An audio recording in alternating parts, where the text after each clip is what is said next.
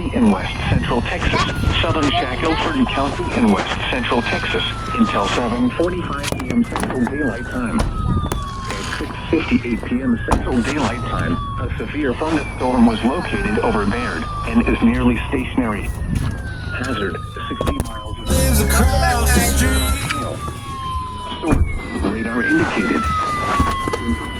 Expect damage to roofs, siding, trees. 7:05 p.m. Central Daylight Time.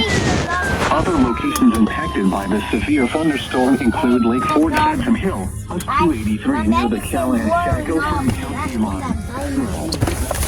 Callahan-Eastland County line. This includes Interstate 20 between mile markers 286 and 323.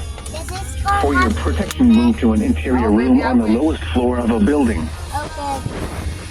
Because I brought my Kindle. That's in the day. I got it.